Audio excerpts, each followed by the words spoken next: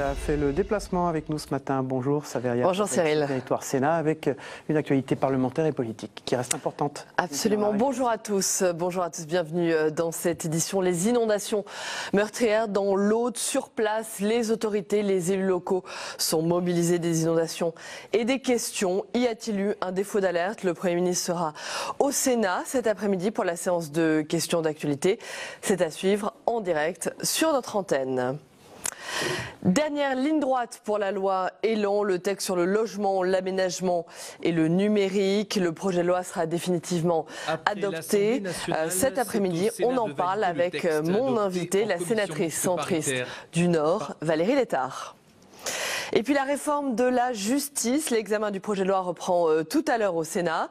Une réforme que les sénateurs jugent insuffisante. Ils ont profondément modifié le texte.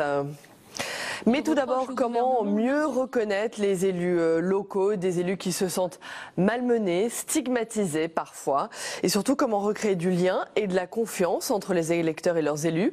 C'est l'objet d'un colloque qui s'est tenu hier au Sénat autour de Gérard Larcher et de Jean-Pierre Raffarin. Alors quelles sont les causes de cette crise et comment y remédier? Je vous propose de regarder ce sujet de Béatrice Faisan.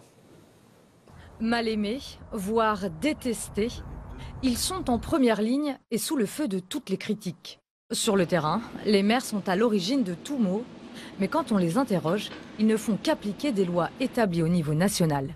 Victimes ou bourreaux, les élus locaux ont de plus en plus de mal à préserver un lien social avec leurs administrés. Alors, le Sénat se penche sur la question. Élus, citoyens, chercheurs, ils sont venus participer à un colloque pour tenter de renouer le dialogue et rétablir une confiance mise à mal. Les solutions, ce serait peut-être en tout cas de reformater peut-être la professionnalisation de la politique et ressonger. La question aussi de la mise sous tutelle de l'État par la finance, je pense que c'est aussi des questions de fond qu'il faudrait éventuellement repenser. Le désamour est quand même fortement prononcé et en tout cas il faudra changer de ligne à mon sens, ou de paradigme. Et pour les principaux intéressés, c'est tout vu. La solution passe par des lois sur mesure. Ce qui aujourd'hui est un vrai handicap, c'est qu'on applique une loi pour tout le monde. Comme si, globalement, toutes les villes de France étaient identiques. Nous, à Cergy, 142 nationalités, des gens riches, des gens pauvres, des quartiers riches, des quartiers pauvres. Tout ça, on doit le prendre en compte. Et ce n'est pas la même politique d'accompagnement que nous devons mettre en œuvre. D'un côté, il faut du cadre de vie, de l'autre, beaucoup plus d'éducation. Et on voit que, finalement, il faut prendre en compte cette diversité. La loi, aujourd'hui, ne prend pas en compte cette diversité. Une diversité que l'on retrouve dans les urnes. Et c'est justement là que les craintes convergent. Tout n'est pas perdu. Il va falloir que l'État prenne ses responsabilités vis-à-vis des collectivités locales. Il y a d'ailleurs beaucoup, et on le regrette, de maires qui démissionnent parce qu'ils n'arrivent plus à se faire entendre. Et ça, ça peut mener à une crise de la démocratie. Perte de confiance, risque pour la démocratie, les maires et leurs territoires sont au cœur des enjeux nationaux. La réforme de la justice est examinée depuis la semaine dernière au Sénat. Un examen qui reprend tout à l'heure. Les sénateurs dénoncent une réforme inachevée. En cause, selon eux, l'insuffisance de la hausse des crédits sur le fond du texte. Ils s'opposent au renforcement des pouvoirs du parquet. C'est un sujet de Sandra Cerquera. Sur la réforme de la justice, le Sénat est en désaccord et dénonce un texte inabouti. Il reproche au gouvernement l'insuffisance de la hausse des crédits. Les sénateurs de droite ont même fait voter une promesse d'Emmanuel Macron, la création de 15 000 places de prison d'ici 2022. Un amendement qui a donné lieu à des échanges animés en séance avec la ministre Nicole Belloubet. Je sais que vous êtes soucieuse et rigoureuse dans vos propos. Je crois que c'est important simplement d'ici de valider une fois pour toutes le fait que le programme présidentiel a été revu par 2. Et vous savez très bien, parce que vous êtes un élu du territoire, que ce n'est pas simple de trouver des terrains. Vous savez très bien qu'il y a des procédures à respecter. Vous savez très bien qu'il y a des analyses de terrain à faire. Vous savez très bien qu'il y a des dossiers à construire. Il faut pour cela du temps. Un peu de calme. Nouvelle passe d'armes concernant le renforcement des pouvoirs du parquet, voulu par le gouvernement, avec la mise sur écoute ou l'enquête sous pseudonyme pour les crimes et délits passibles de 3 ans de prison. Pour le Sénat, cette réforme porte atteinte aux libertés individuelles. Nos rapporteurs ont très longuement discuté avec les représentants des juges des libertés et de la détention. Et ils en ont retiré la conviction absolue qu'ils ne seraient pas en mesure d'exercer un contrôle utile sur l'exercice par les procureurs des pouvoirs que vous voulez leur donner. Incompréhension de la garde des Sceaux qui craint un retour en arrière, notamment dans les enquêtes en matière de pornographie infantile. Il faut quand même avoir ici la préoccupation des victimes. Il me semble qu'il y a beaucoup d'affaires qui ont été résolues grâce à ces techniques utilisées pour des crimes de droit commun, souvent très graves. Malgré les promesses d'écoute, chacun reste campé sur ses positions. Les débats sont rapides, avec une ministre de la Justice systématiquement mise en minorité. Le vote solennel du texte aura lieu le 23 octobre prochain. Oui, Monsieur le Président. Dernière ligne droite pour la loi Elan, la loi logement, aménagement et numérique. Après des mois de débat, députés et sénateurs sont tombés d'accord. La dérégulation annoncée pour le logement est à l'œuvre, une dérégulation jugée nécessaire par le gouvernement pour construire plus, mieux et moins cher. Stéphane Amalian. Après l'Assemblée nationale, c'est au Sénat de valider le texte adopté en commission mixte paritaire. Parmi les mesures phares figure la part des logements neufs accessibles aux personnes handicapées. Jusqu'à présent, 100% des constructions devaient respecter ces normes. Les députés voulaient passer à 10%, les sénateurs 30%, la poire est coupée en deux, 20%. Cependant, tous les logements devront être adaptables. Concernant le logement social, place aux économies, les organismes de moins de 12 000 logements devront se regrouper. Les ventes de HLM seront encouragées, le maire devra toutefois donner son accord lorsque la commune n'atteint pas le seuil fixé par la loi SRU. C'était une exigence du Sénat. Par ailleurs, une expérimentation sera menée pour que certaines communes mutualisent la construction de nouveaux logements sociaux afin d'atteindre 25% de HLM. Les squatteurs, eux, ne pourront plus se prévaloir de la trêve hivernale ni du délai de 2 mois pour la mise en œuvre de leur expulsion. Les personnes condamnées pour trafic de stupéfiants pourront voir leur bail résilié. Enfin, un dispositif d'occupation temporaire des bâtiments vacants pour les plus démunis sera expérimenté pendant 4 ans. Voilà, bonjour. Vous le savez, cette émission est en direct de Lille depuis ce matin avec nos partenaires de La Voix du Nord et du Courrier Picard. Nous sommes chez WEO, dans leur studio à Lille. Et le face-à-face maintenant politique, c'est avec une sénatrice centriste du Nord, Valérie Létard, dans un instant. Bonjour Valérie Létard. Saveria. Bonjour Valérie Létard, merci d'être notre invitée ce matin avant d'évoquer avec vous la loi Elan, puisque vous êtes le chef de file de votre groupe, du groupe centriste, sur ce texte important. Une réaction bien sûr après les inondations meurtrières dans l'Aude. Est-ce qu'il y a selon vous, est-ce qu'il y a eu un défaut d'alerte ? Mais c'est difficile de se prononcer. Il faudra d'abord prendre le recul nécessaire pour évaluer ce qui a été mis en place. On ne peut pas juger comme cela.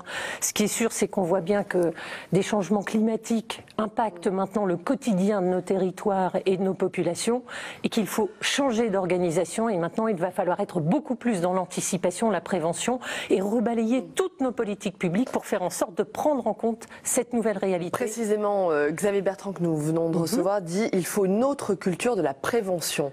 Complètement. C'est ce que vous appelez également ? Complètement, et il me semble, et ce sera l'objet, je pense, du débat de notre séance plénière de jeudi avec Xavier Bertrand, notre président. Mon groupe, UDI Union Centriste, aura l'occasion de présenter une motion qui correspond aux aspirations aussi de Xavier pour vraiment que ce débat soit au cœur de nos préoccupations jeudi et rappeler que, comme nous le souhaitons collectivement dans la majorité, il faut accentuer et rebattre toutes nos politiques thématiques, toutes nos thématiques de la vie quotidienne des habitants pour faire en sorte de prendre en considération dans chaque domaine le logement, l'aménagement du territoire, le développement économique, les transformations à accélérer. Il faut changer de rythme. Le GIEC, le rapport, il est quand même plus qu'alarmant et il se traduit concrètement dans la vie des gens. Alors, tous, je pense que personne demain ne peut plus ignorer ni changer son comportement face à cela. Il faut qu'on soit exemplaire et je pense qu'avec Xavier, c'est ce qu'il faut qu'on fasse, qu'on prouve par l'exemple, par l'action dès cette plénière de jeudi, et tout simplement en le traduisant au quotidien jusqu'à la fin de ce mandat. Le logement, l'aménagement, justement, c'est l'objet d'une réforme qui va être définitivement adoptée tout à l'heure au Sénat. Quelle est la philosophie générale de cette loi Élan ? Alors c'est une loi qui était très très très vaste puisqu'elle touchait aussi bien à l'urbanisme, à l'aménagement du territoire, à la redynamisation de nos cœurs de ville, du commerce, etc. Mais au cœur de cette grande loi, il y avait un sujet essentiel, celui de la question du logement et de la transformation de notre vision du logement social et de l'aménagement du territoire. Pardonnez-moi, avant d'aller précisément sur le logement social, le logement tout d'abord, Julien de Normandie dit que c'est une loi logement qui ne rajoute pas de nouvelles normes. Les normes, c'est la maladie française. Est-ce que c'est vrai? Est-ce qu'il n'y a pas de nouvelles normes dans cette loi? Mais écoutez, on en trouvera. C'est sûr, il les change. Certaines choses sont simplifiées, certaines choses sont rajoutées. Mais on parle de normes alors que c'est pas ça le sujet. C'est qu'on a profondément révolutionné la politique du logement dans notre pays. On a changé le modèle. On avait un système qui reposait effectivement sur des aides à la pierre et des aides à la personne, l'APL. Le gouvernement souhaite que nous changions ce dispositif et que le logement et que la production de logement passe beaucoup plus par une logique de marché et donc par une logique de rentabilité, puisque à partir du moment où vous dites l'argent public, l'argent de l'État vient moins pour construire du logement et du logement social, eh bien il faut forcément rentrer dans des logiques qui permettent de rentabiliser l'investissement sur le logement. Aujourd'hui, clairement, on change de modèle, on le met entre les mains du marché, ce qui fait que, demain, on risque d'avoir un problème de déséquilibre territorial dans l'offre de logement social. On a compris, Valérie Létard, l'aspect dérégulation de ce texte que vous venez de nous décrire, la dérégulation. Mais concrètement, est-ce qu'on va construire plus de logements? C'est l'objet. On construira peut-être plus de logements. Est-ce qu'il va être plus facile de construire des logements? Ils vont être moins chers? Moins cher, je n'en sais rien du tout, je n'en suis pas sûre. En construire plus, peut-être dans les zones dites tendues, dans les métropoles, mais pour pouvoir le faire comme dans le logement social, dans les politiques du logement social, on a besoin d'un financement public qui va être cherché différemment.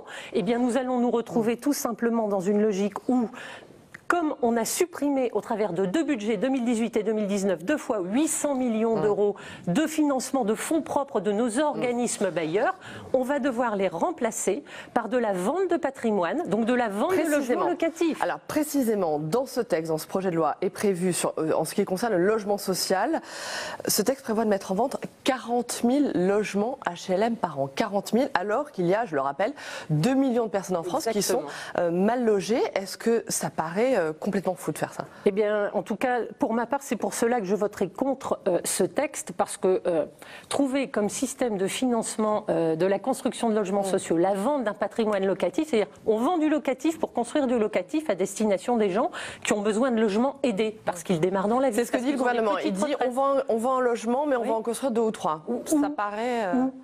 Où et quel type de logement? Et le problème est là.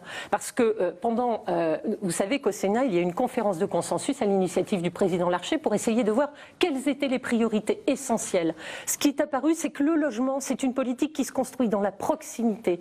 C'est une politique qui doit être territorialisée à l'échelle des intercommunalités. Il faut que les bailleurs aussi soient au plus près des locataires et des territoires pour comprendre comment produire du logement, quel type de logement.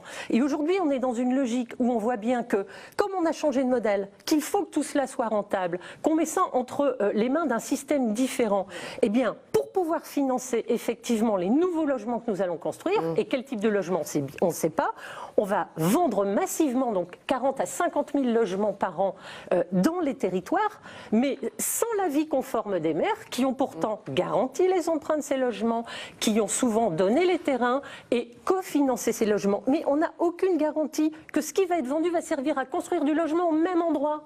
Et ça veut dire tout simplement que les territoires les plus fragiles, ceux qui sont les plus en difficulté, seront ceux dans lesquels on va vendre du patrimoine, mais pas forcément où on en construira. On va avoir un déséquilibre entre les territoires riches et pauvres qui ne pourra pas être compensé par l'action des collectivités locales qui sont mises hors jeu. Très rapidement pour terminer, Valérie Létard, le remaniement va être annoncé, on l'a appris, va être annoncé ce matin. Vous êtes centriste. Est-ce que vous souhaitez que ce remaniement soit plus ouvert aux centristes, aux groupes centristes dont vous faites partie? Évidemment, que des centristes soient dans un gouvernement, ça me rassurerait. En tout cas, ça montrerait la nécessité d'un équilibre dans l'approche. Les centristes sont par essence décentralisateurs, sont par essence pour la coproduction. Vous n'avez pas reçu de coup de fil? Vous n'avez pas été appelé? Non, je n'ai pas été appelée précisément. C'est pas un non franc, hein? Non, je n'ai pas été appelée, pas du tout. Simplement, ce qui est sûr, c'est que des centristes pour des centristes, en tant que caution d'une réforme qui irait sur une métropolisation qui ne ruisselle pas, une production d'une réforme de notre pays sans consultation des territoires, sans coproduction, sans faire en sorte que nous travaillions ensemble. Ça n'a pas d'intérêt. Il faut y aller pour que justement soit prise en considération cette nécessaire réconciliation avec les territoires et les populations de ces territoires. Très bien, merci Valérie Létard, merci d'avoir été notre invitée. Merci. Vous avez mis du cœur dans ce que vous disiez. Merci. On passe à l'agenda, Saveria, dans un instant.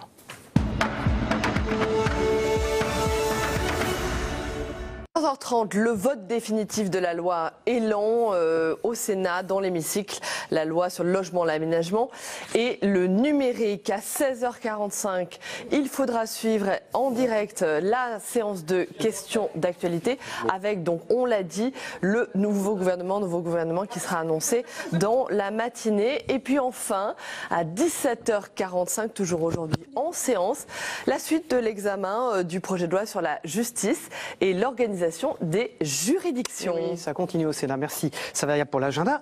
Dans un instant, l'œil 2, je suis ravi de réaccueillir dans cette partie de l'émission Michael Tassard, le rédacteur en chef du Courrier Picard, dans un instant.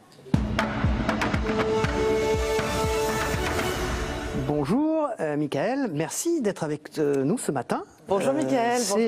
C'est vous qui honorez l'œil 2, cette rubrique. Voilà, rédacteur en chef, on l'a dit, du Courrier Picard, le grand journal de Picardie. Vous faites votre une sur les inondations, bien sûr, et la photo de cette femme, d'une femme horrifiée. Oui, parce qu'aujourd'hui, qu'on habite le nord, le sud, l'est ou l'ouest, on est tous un peu de l'Aude. Donc c'est le sujet du jour et c'est une façon aussi de rendre hommage à ces gens. Alors le territoire que vous couvrez dans le Courrier Picard est énorme, entre des Hauts-de-France jusqu'à la Picardie. Il y a de vraies différences, il y a des fractures entre Lille, Amiens. Comment vous articulez justement tout ça? Comment vous racontez ce territoire, un territoire si vaste? C'est un territoire qui a changé profondément en 2015 avec l'absorption, on peut dire comme ça, des régions et Amiens qui cherche sa place. 2015 a été une année noire pour cette ville d'Amiens et pour la Picardie parce que cette perte de statut de capitale régionale était traumatisante pour les gens qui vivent là-bas. Et donc c'est important aujourd'hui. Alors ils sont en train de reprendre leur place dans un grand ensemble dont Lille est la tête de proue et Amiens cherche sa place et est en train de la retrouver en mettant en avant des spécificités qui sont les siennes. Vous habitez Amiens, vous? Oui. Ça vous plaît? Très bien.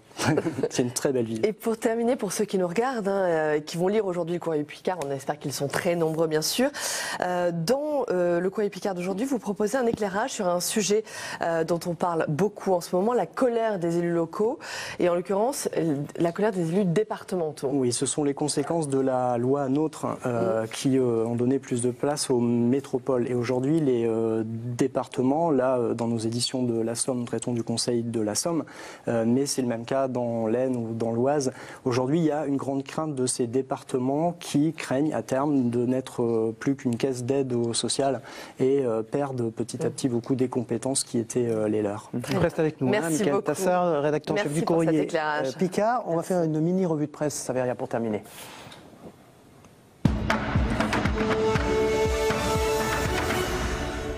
On commence avec l'horreur à la une de la Voix du Nord. 3 mois de pluie en quelques heures, des inondations meurtrières qui ont surpris tout le monde. Y a-t-il eu défaillance des autorités, manque d'alerte?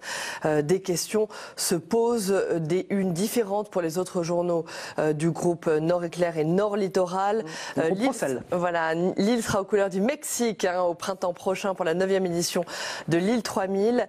Le thème, le Mexique et l'Eldorado. Et puis Noël déjà à la une de Nord-Littoral. Pour Noël, c'est calé avec 2 pages intérieures sur les illuminations de Noël déjà installés. Et la dépêche du midi, bien sûr, des titres sur ces inondations terribles, meurtrières dans l'Aude. Un déluge meurtrier, 12 morts selon un dernier bilan, 12 morts. Et une jeune femme qui s'appuie difficilement sur les sauveteurs alors que la dépêche propose bien sûr une édition spéciale. Même titre pour l'Indépendant, le déluge meurtrier avec un cahier spécial. La commune de Trèbes a été durement éprouvée. Les inondations toujours à la une du Télégramme. À l'ouest aussi, en Bretagne. Voilà, l'Aude traumatisée après les inondations et les pluies violentes qui ont frappé le département, des pluies torrentielles, les plus meurtrières depuis 10 ans. Puis on va terminer rapidement avec la Provence. C'est une question, pourquoi ces automnes meurtriers alors que le phénomène dévastateur de ces orages s'intensifie? La question de l'urbanisation est de nouveau posée. À lire l'éditorial sur le péril majeur du Sud. Merci, nous sommes en direct de Lille. C'est la fin de cette émission. Merci à La Voix du Nord, à Pierre Mauchamp qui dirige la rédaction, à Patrick Jankelevitch qui est le rédacteur en chef, à Hervé Favre qui dirige le bureau parisien régulier de notre émission, à WEO, Jean-Michel Lobry, le PDG, qui est un pionnier de la télévision régionale, et puis le Courrier Picard, qui était représenté par son rédacteur en chef, qui est partenaire de cette émission, Michael Tassard. Merci beaucoup d'avoir été sur ce plateau en direct de Lille. Voilà, en direct des studios de la chaîne TNT régionale du groupe Rossel La Voix. Merci à tous et à demain matin depuis nos studios à Paris. À demain, merci. Public Sénat, avec le soutien de la Mutuelle nationale territoriale,